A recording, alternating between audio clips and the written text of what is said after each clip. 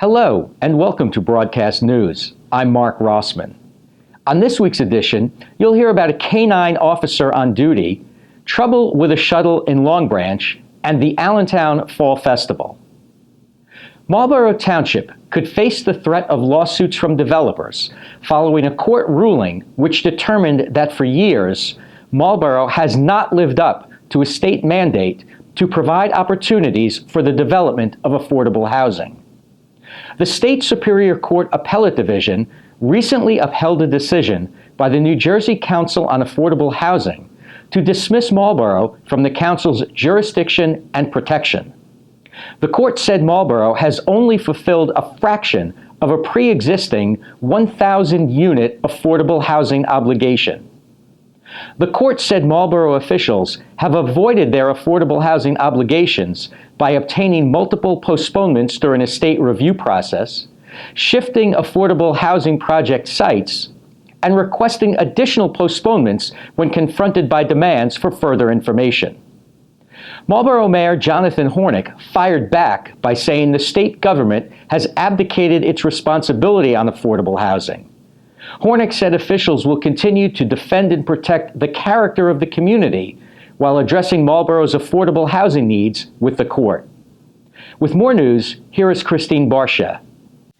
Activities for people of all ages will be on tap at the Allentown Fall Festival, which will be held from 10 a.m. to 5 p.m. on October 10th and 11th in downtown Allentown. The Fall Festival is being sponsored by the Allentown Business Community Association. Residents of all communities are invited to share in the fun, which will include a classic car show, a Civil War reenactment, live music, and activities for children. Business owners, vendors, and artisans will showcase their products, and Allentown's restaurants will offer specials. The Allentown Lions Club will host a craft beer garden behind Bruno's One Sweet Ride on Main Street, with proceeds used to support local activities and organizations. Now, here is Kathy Chang.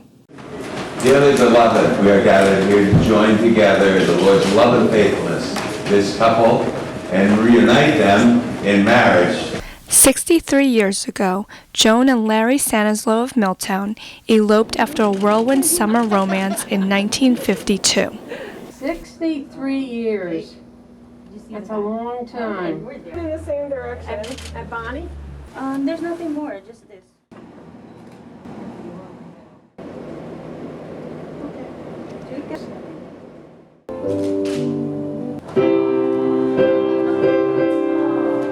On September 20th, the same date that they eloped, Joan, 82, and Larry, 83, renewed their vows with a full-blown wedding including a white wedding dress, flower girls, a ring bearer, a matron of honor and a best man, a cake, and a reception held at the Georges Road Baptist Church in North Brunswick, where the Sanaslows have been members for 4 years.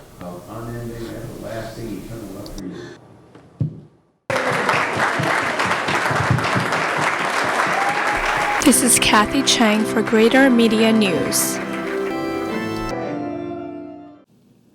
A new recruit has joined the Monmouth County Sheriff's Office Law Enforcement Division and will play a role in the county's war on drugs.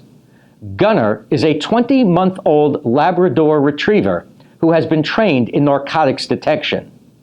Monmouth County Sheriff Sean Golden recently welcomed Gunner to the ranks of the officers who serve under him. Gunner comes to Monmouth County from Texas and can detect methamphetamines, cocaine, heroin, marijuana, and ecstasy, according to the Sheriff's Office. Sheriff's Officer Kurt Kroper will be Gunner's handler. A lack of paying riders and corporate sponsors may spell the end of the line for the Long Branch shuttle service. A weekend shuttle service began in Long Branch during the summer of 2012 as a way to transport beachgoers without adding to traffic or parking problems on the weekends. In 2013, the city expanded the service to weekdays and extended the service year-round. However, a federal subsidy for the Shore Easy Ride is coming to an end, And without an increase in paying riders, the city will not be able to operate the shuttle at a profit, according to municipal officials. Attempts to attract corporate sponsors for the shuttle have not been fruitful.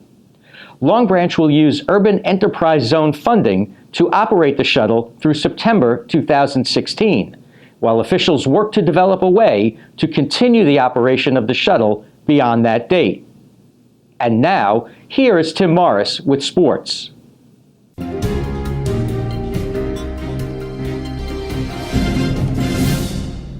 The leaves haven't turned yet, and for most fall sports, the seasons are just heating up. But in tennis, this is the time of the year when the stars come out. The best teams and individual players from the state have begun their quest for championships. Last week, perennial power Marlboro, the number 3 seed in Central Jersey Group 4, took on Howell, a Rebel team led by Barbara Podforciani in blue sweater, who is one of the best singles players in the state. In her victory over Marlboro's Celine Lee at first singles, Podforciani put her complete game on display. A solid first serve that gave her control of a point, or the ability to rally from the baseline and outlast her opponent.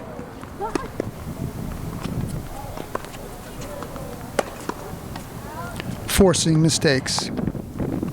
She's equally effective returning serve, where she is never on the defensive. She also uses some track speed to run down shots and keep the ball in play and produces mistakes from the opponent. Marlboro, though, would show why it is always a contender by sweeping the other 4 matches, led by Raquel Rosen here at second singles, who used her steady play from the baseline and some aggressive moves to win in straight sets. It's Marlboro's ability to win at any position that has separated them from other teams over the years. Teams may have strong singles, but not strong doubles. Marlboro is strong top to bottom. Rachel Ma gave Marlboro a point at third singles, winning her match. This is Tim Morris for Greater Media Newspapers.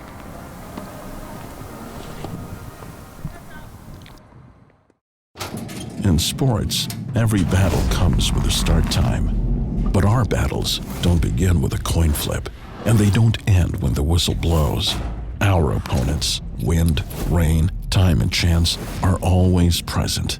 We wage a battle against darkness, against powerlessness. We're fighting right now, a team of more than 9,000. And if you don't notice us, that means we're winning. Here is Peter Alakwa. The Edison Police Department is seeking federal and state grants to equip the township's officers with body-worn cameras. Officials say the move will boost professionalism, protect officers from unjustified complaints, and create accurate evidence records of arrests and accidents. Edison has applied for a $250,000 grant from the U.S. Department of Justice to purchase 125 body-worn cameras for its officers.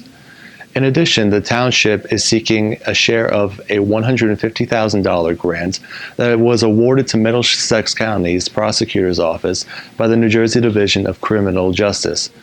The State Division of Criminal Justice has drafted a policy on the use of body-worn cameras, which municipal police departments may tailor to their specific needs. Thank you for joining us. Please visit gmnews.com next week for a new edition of Broadcast News.